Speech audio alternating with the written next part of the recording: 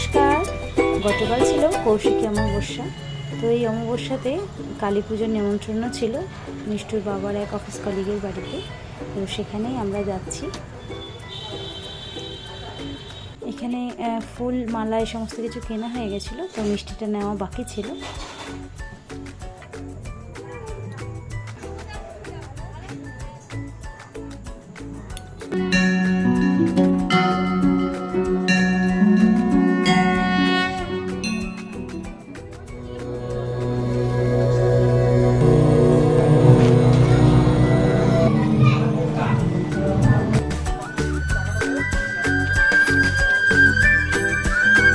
তো যে দাদার বাড়িতে এসেছি সেই দাদা জিজ্ঞাসা করছে যে আমার বাড়ির পুজোর ভিডিওটা আসবে তো, এই সেই দাদা।